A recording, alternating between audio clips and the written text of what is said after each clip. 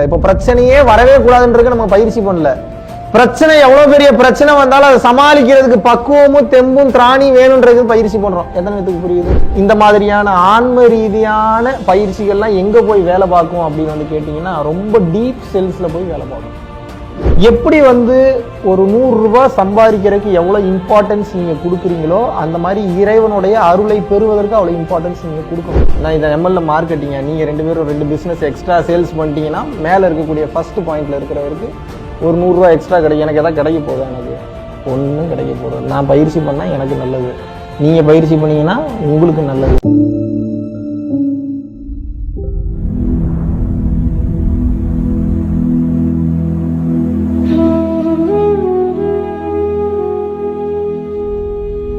குருவே சரணம். மகாவிஷ்ணு குருஜி, வாழ்க்கையோட உண்மையான அர்த்தத்தை கிளியராக எக்ஸ்பிளைன் பண்ணியிருக்கீங்க. எப்படி இருக்கணும், எப்படி இருக்கக்கூடாதுன்னு அருமையாக புரிய வச்சிருக்கீங்க. இந்த விஷயம் எங்களுக்கு எதுவுமே தெரியாது. இதெல்லாம் யாருமே சொல்லியும் கொடுத்ததில்லை. எல்லாருமே எப்போவுமே சொல்லி கொடுத்தது என்னன்னா, உழைக்கணும், சம்பாதிக்கணும், சேர்த்து வைக்கணும், தான் நல்லா இருக்கணும்னு நினைக்கணும். இதுதான் ஃபஸ்ட்டு லைஃப்பில், வேற எதுவும் இல்லை அப்படின்னு சொல்லி கொடுத்துருக்குறாங்க. ஆனால் இதெல்லாம் மட்டுமே பண்ணால் பிரயோஜனமே இல்லைன்னு நீங்கள் கிளியராக புரிய வச்சுட்டீங்க குருஜி. வாழ்க்கையை எப்படி வாழணுன்ற ட்ரிக்கு நீங்கள் சொல்லி கொடுத்துருக்குறீங்க. அது கருணை, இறை சரணாகதி, தவம் அப்படின்ற இந்த 3 விஷயங்கள் இருக்கிற இந்த ஃபார்முலாவை அப்ளை பண்ணி இந்த உலக வாழ்க்கையை ஈஸியாக ஜெயிச்சிட முடியும். இதெல்லாம் கருணையோடு நீங்கள் சொல்லி கொடுத்ததுக்கு உங்கள் மீது இன்னும் இன்ஃபைனைட்டான இறையருள் பொழிஞ்சிட்டே இருக்கணும்னு நான் வேண்டிக்கிறேன். குருவே சரணம். நமக்கெல்லாம் பிரச்சனை வந்தே தீரும், அதுல மாற்று கருத்தே இல்லை. இப்ப பிரச்சனையே வரவே கூடாதுன்றது நம்ம பயிற்சி பண்ணல. பிரச்சனை எவ்வளவு பெரிய பிரச்சனை வந்தாலும் அதை சமாளிக்கிறதுக்கு பக்குவமும் தெம்பும் திராணி வேணும்ன்றது பயிற்சி பண்றோம். எத்தனை பேருக்கு புரியுது? புரியுது இல்ல? கிளியரா இருக்குல்ல? இதுல நம்ம பொண்டாட்டி தான் சொல்றதை கேட்க மாட்டா. டைவர்ஸ் பண்ண முடியுமா? பண்ண முடியுமா? நம்மளால வாழ்றீங்க இல்லைங்க. பிள்ளைங்க தான் நம்ம சொல்ற பேச கேட்க மாட்டாங்க. பிள்ளைங்களை கொண்டு போய் நம்ம ஏதாவது ஆசிரமத்தில் கொண்டு போய் விட்டுற முடியுமா? ஒன்றும் பண்ண முடியாது நம்மளால. அப்ப நம்ம என்ன பண்ணணும்? எப்படி இதெல்லாம் மெயின்டைன் பண்றீங்களோ அந்த மாதிரி எந்த வேலை இருக்கோ இல்லையோ நம்ம ரெகுலரா பயிற்சி பண்ணணும். சேர்த்து வச்ச குப்பையெல்லாம் எரிச்சு ரிலீஸ் பண்ணி விட்டு ஒன்றும் இல்லாமல் பண்றதுக்கு தான் பயிற்சி. நம்ம பண்ண ஏதோ கிடைக்கும் போல டே ஆல்ரெடி எல்லாத்தையும் கொடுத்து தான் அமைச்சிருக்காங்க. உள்ளுக்குள்ள உங்களுக்கு என்ன இல்லைன்னு நினைக்கிறீங்க நீங்க? இறைவனே உள்ள உட்கார்ந்துருக்கான். இறைவனுக்கு மேல உங்களுக்கு என்ன வேணும்? இப்ப இறைவனை பார்க்கறதுக்கு பல விஷயம் மறைச்சிட்டு இருக்கு. அந்த மறைச்சிட்டு இருக்கக்கூடிய பொருளை இப்ப ரிலீஸ் பண்ண போறோம், ரிமூவ் பண்ண போறோம். அதுக்குதான் பயிற்சி. அப்ப குப்பையெல்லாம் வெளியேறிச்சுன்னா என்ன ஆகும்? கன்றாவியா இருக்கும், கேவலமா இருக்கும் பார்க்கறதுக்கு. இருக்குமா இருக்காதா? நம்ம ஸ்ட்ரெஸ், டிப்ரெஷன், கவலை, சில பேருக்கு பயிற்சி பண்ணும் போது ஓவரா அதிர்வாகும், சில பேருக்கு தலை கிருகிருன்னு சுத்தும், வாமிட் வரும், காதுல புகை வரும், மோஷன்ல பிளட் வரும், சில நேரத்துல சுத்தமா தாங்கிக்க முடியாது, ஒரு வாரத்துக்கு எந்திரிக்க முடியாது. என்ன இதெல்லாம் பயிற்சியோட எஃபெக்ட் நினைக்கிறேன்? கண்டிப்பா பயிற்சியோட எஃபெக்ட் தான். பட் இது உங்களை சபிக்கல. பயிற்சி என்ன பண்ணுது? உங்களுக்குள்ள இருக்கக்கூடிய தேவையில்லாத கருமாந்திரத்தை பூரா வெளியே கொண்டு வருது. இந்த மனசை பக்குவப்படுத்துறதுக்கு இந்த பயிற்சி. இது நீங்க பயிற்சி பண்ண ஏதோ கிடைக்குதுன்னு நினைக்கிறீங்க. எதுவுமே கிடைக்காது. கிடைச்சா சந்தோஷம். இந்த மாதிரியான ஆன்ம ரீதியான பயிற்சிகள்லாம் எங்க போய் வேலை பார்க்கும் அப்படின்னு கேட்டீங்கன்னா ரொம்ப டீப் செல்ஸ்ல போய் வேலை பார்க்கும். ஒவ்வொரு செல்லுலையும் போய் மாற்றத்தை ஏற்படுத்தும். ஒவ்வொரு செல்லுக்கு 1 வாரம் ஆகலாம், 1 மாசம் ஆகலாம், 1 வருஷம் ஆகலாம். நம்ம சொல்ல முடியாது. அது அவங்க செஞ்ச கர்ம வினையை பொறுத்து. அதுக்காக நம்ம பயிற்சியை விட முடியுமா?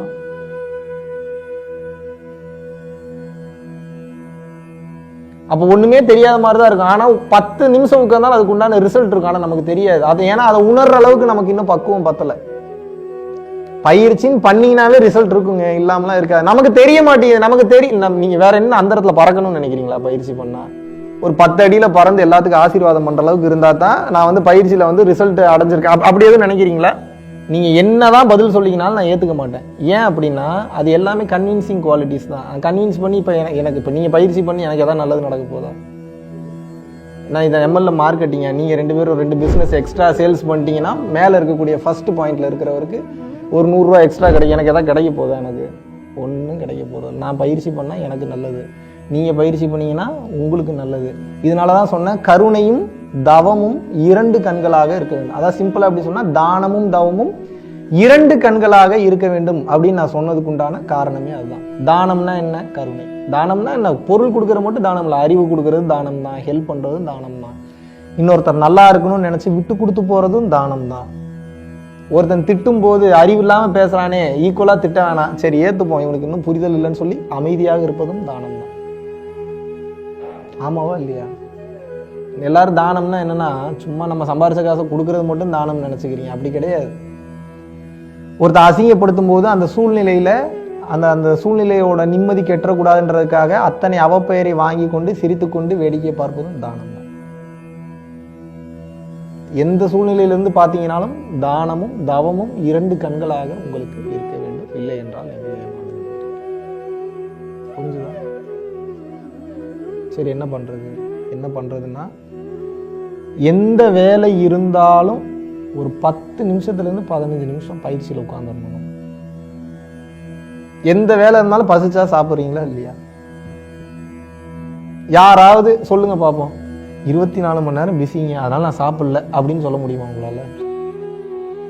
அப்புறம் ஏன்னா சாப்பிடலன்னா நம்மளால அடுத்த கட்டம் வேலை பார்க்க முடியாதுன்னு தெரியுது. அதே போலதான் உங்களுக்கு இதுக்கு இம்பார்ட்டன்ஸ் இருக்கு. என்னன்னா, பயிற்சி பண்ணல அப்படின்னா உங்களால் இந்த பிறப்பு இறப்பு எனும் சுழற்சியிலிருந்து தப்பிக்க முடியாது. புரிஞ்சுக்கோங்க, மாட்டிப்பீங்க. ஆரம்பத்துல தூக்கம் வரும். ஏன் வரும் அப்படின்னா, அந்த டயர்ட்னஸ் எல்லாம் வெளியேறும். எடுத்தோடனே ஃப்ரெஷ்ஷாக இருக்கும்லாம் சொல்ல முடியாது. முதல்ல நம்ம பாடி கண்டிஷனுக்கு தகுந்த மாதிரி டயர்டாக இருக்கும், தூக்கம் வரும், வாமிட் வரும், அடிச்சு போட்ட மாதிரி ரொம்ப டீஹைட்ரேட் ஆகிடும், சில நேரத்தில் காதில் புகை வரும். அதெல்லாம் கடந்து பண்ணணும், மறுபடியும் பண்ணணும். கொஞ்சம் கொஞ்சமாக தான் பண்ணணும், கொஞ்சம் கொஞ்சமாக இன்க்ரீஸ் பண்ணணும், இல்லாட்டினா கஷ்டம். இது உங்களுக்கு மட்டும் இல்லை, இப்போ நான் பேசுறது உலகத்தில் இருக்கக்கூடிய ஒவ்வொருத்தருக்கும் இவ்வளோ இதுதான் அப்ளிகபிள். நான் பண்ணாலும் இதுதான், என் தம்பி பண்ணாலும் இதுதான், என் தங்கச்சி பண்ணாலும் இதுதான், எங்கள் அம்மா பண்ணாலும் இதுதான், எங்கள் அப்பா பண்ணாலும் இதுதான், என் நண்பர்கள் பண்ணாலும் இதுதான், யாரு பண்ணாலும் இதுதான். இதை விட்டு வேற ஆப்ஷனே கிடையாது. அப்ப என்ன, எப்படி ஒரு 100 ரூபாய் சம்பாதிக்கிறதுக்கு எவ்வளவு இம்பார்ட்டன்ஸ் நீங்க கொடுக்குறீங்களோ அந்த மாதிரி இறைவனுடைய அருளை பெறுவதற்கு அவ்வளவு இம்பார்ட்டன்ஸ் நீங்க கொடுக்கணும். இறைவனோட அருளை எப்படி பெறலாம்? ஒன்று தானம் செய்து பெறலாம், இன்னொன்று தவம் செய்து பெறலாம். தவம் கூட 2வது தான், தானம் அல்லது கருணைன்றது ஃபர்ஸ்ட் இருக்கு. அப்ப கருணையா நீங்க வாழ ஆரம்பிச்சிட்டீங்க ஓரளவுக்கு இப்பவே, அதை நான் பாராட்டுறேன். அந்த கருணையா வார்த்தைகள் பேசுறது, கருணையா இருக்கிற விஷயத்தை இன்னொருத்தருக்கு ஷேர் பண்றது, பொருள் கொடுக்கறது, பணம் கொடுக்கறது, இதெல்லாம் ஓகே. பட் இந்த தானத்தோட சேர்ந்து தவமும் சேர்றப்பதான் கரண்ட் பாஸ் ஆகும், அந்த இடத்துல கரண்ட் வேலை செய்யும். அதுக்கு நம்ம என்ன பண்ண போறோம்? பிஸியாவே தான் இருப்பீங்க. உங்களுக்கு இருக்கக்கூடிய ஆசைகள், உங்களுக்கு இருக்கக்கூடிய தேவைகள் பூர்த்தி ஆகாது, கஷ்டமா இருக்கும், டென்ஷனா இருக்கும், எல்லாம் இருக்கும். நானே சொல்றேன், இன்னும் நீங்க பயிற்சி பண்ண போனா இன்னும் கஷ்டம் அதிகமாகும். எழுதி தரேன் நான், 100% அதிகமாகும். ஏன்னா அது கஷ்டமா பார்க்காதீங்க. 15 நாள் கழிச்சு வர வேண்டிய கஷ்டம் பயிற்சி பண்ணும் போது முத நாளே வந்துடும் உங்களுக்கு. ஏன்னா நீங்க தான் தீய ஆன் பண்ணிட்டீங்களே, தீய எரிச்சிங்கன்னா என்ன ஆகும்? அதுல சுட்டு பொசுக்கிறதுக்காக தயார் நிலையில இருக்கும். இப்படி பண்ணீங்கன்னா தானே பல ஜென்ம கர்ம வினையை ஒரு ஜென்மத்துல நம்ம முடிக்க முடியும். நம்ம இப்படி முடிக்காம, எனக்கெல்லாம் அதெல்லாம் ஒன்றும் பிரச்சனை இல்லைங்க, நான் பாட்டுக்கு வாழ்ந்துக்கிறேன், நான் பாட்டுக்கு இருந்துக்கிறேன், அது எப்ப நடக்குதோ அப்ப நடக்கட்டுங்க அப்படின்னு சொல்லிட்டு நீங்க விட்டீங்கன்னா இந்த ஜென்மத்திலையும் கஷ்டப்படுவீங்க, அடுத்த ஜென்மத்திலையும் கஷ்டப்படுவீங்க, இன்னும் எத்தனை எத்தனை ஜென்மங்கள் எடுப்பீங்கன்னு தெரியாது. அதான் சொல்றாருல பட்டின தடியல், என்ன சொல்றாரு? அம்மை எத்தனை எத்தனை அம்மையோ, அப்பன் எத்தனை எத்தனை அப்பனோ, பிள்ளைதான் எத்தனை எத்தனை பிள்ளையோ, எனக்கு இன்னும் எத்தனை எத்தனை பிறவியோன்னு பாடுறாரு. டே, எனக்கு எத்தனை அம்மா, எத்தனை அப்பா, எத்தனை புள்ள, எத்தனை பொண்டாட்டி, எத்தனை பூசை, இன்னும் முடிய மாட்டேங்குதேடா. டே, முடிச்சு விடுங்கடா, முடிச்சு விடுங்கடான்னு பாடுறாரு. பட்டினத்தார் பொய் சொல்லுவாரா? சரி, நான் பொய் சொல்றேன். சரி, பட்டினத்தார் பொய் சொல்லுவாரா? எப்போ இந்த பிறவி பிணியை அறுக்க போறீங்க? அது தெரியவே தெரியாது உங்களுக்கு. நீங்க ஏதோ பயிற்சி பண்ணா நம்ம ஏதோ அச்சீவ் பண்ற ஏதோ பெரிய மாற்றம் நடக்கும், ஒரு மாற்றமும் நடக்காது. எதுவுமே தெரியாது பயிற்சி பண்ணணும். ஆனா நீங்க பண்ணுவீங்களா? எதுவுமே தெரியாது. தெரிஞ்சா ஏத்துக்குங்க, தெரியலனாலும் விட்டுருங்க. ஆனாலும் அது உங்களுக்கு இறைவன் அவ்வளவு சீக்கிரம் அந்த எசன்ஸ் எல்லாம் காட்ட மாட்டார். ஏன்னா அப்புறம் நீங்க நம்பிக்கையோட வந்துருவீங்க உள்ளுக்குள்ள. அவ்வளவு பாவம் பண்ணியிருப்பீங்க. நம்ம பண்றதே திருட்டுத்தனம். எது? பைபாஸ் பண்ணிட்டு பல ஜென்மம் வாழ்ந்து அனுபவிச்சு முடிக்க வேண்டிய பாவம் அவ்வளவு பண்ணியிருக்கோம். அதை பைபாஸ் பண்ணிட்டு ஒரே ஜென்மத்தில் அடிக்க ட்ரை பண்றப்ப இறைவன் உங்களுக்கு சப்போர்ட் பண்ணுவாரா? ஒண்ணுமே தெரியாமையே இருக்கிறப்பதான் உங்களுக்கு ஒரு நம்பிக்கை இல்லாம இன்னும் புரிய மாட்டேங்குது, இப்படியே இருப்போம்னு சொல்லி இருப்பீங்க. உங்களுக்கு ஏதோ ஒரு ரிசல்ட் காமிச்சிட்டாருன்னு, ஏதோ ஒரு பெரிய ஒளி தெரியுது, இல்ல ஏதோ நினைச்சது நடக்குது, இல்ல நினைச்சது பூரா நடக்குது, இப்படி எல்லாம் தெரிஞ்சுச்சுன்னா விடுவீங்களா? அதை நீங்க கண்டிப்பா விட மாட்டான், புடிச்சுக்குவோம், ஐயோ இதுல ஏதோ இருக்குடான். ஆனா அதை காட்ட மாட்டாங்க அவ்வளவு சீக்கிரம். ஏன் காட்ட மாட்டாங்க?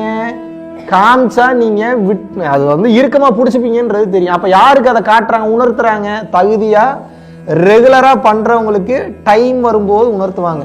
சென்னையில் நீங்க அந்த அர்ப்பணிப்போட இதை அடைஞ்சே தீரணும், எப்படி வந்து ஒரு 1000 கோடி ரூபாய் சம்பாதிக்கிறதுக்கு ஒரு வெறி உங்களுக்கு இருக்குதோ, எப்படி வந்து ஒரு காலேஜில் ஒரு சீட்டு வாங்குறதுக்கு ஒரு வெறி இருக்குதோ, எப்படி வந்து நினைச்சவனை கல்யாணம் பண்ணியே தீரணுன்றதுல ஒரு வெறி இருக்குதோ, அந்த மாதிரி இறைவனை பார்த்தே தீரணுன்றதுல ஒரு வெறி இருக்கணும்.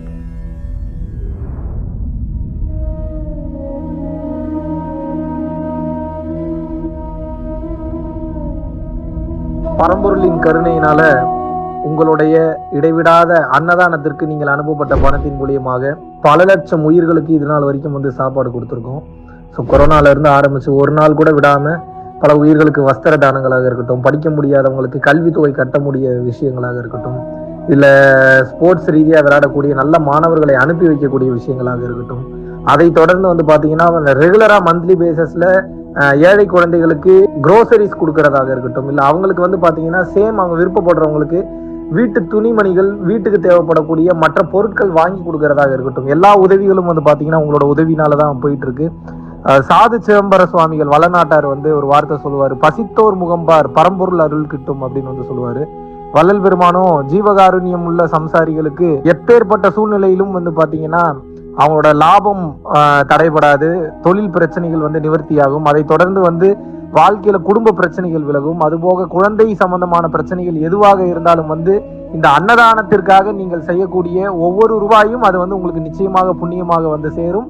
புண்ணியத்தை கடந்த நிலையில் முக்தி பாதைக்கும் அது நிச்சயமாக உங்களை வழி நடத்தும். அதனால விருப்பப்படுறவங்க நம்மளுடைய பரம்பொருள் அறக்கட்டளையினுடைய சேரிட்டி ஆக்டிவிட்டிஸ்க்கு தங்களுடைய விருப்பப்படக்கூடிய நன்கொடையை கீழே உள்ள டிஸ்கிரிப்ஷன்ல இருக்கக்கூடிய அக்கௌண்ட் நம்பருக்கு செலுத்தலாம். இதற்குண்டான அந்த அருளை சித்தர்கள் உங்களுக்கும் உங்கள் குடும்பத்தாருக்கும் வழங்க வேண்டுகிறேன். குருவின் பரிபூர்ண அருளாசிகள். குரு கடாட்சம்.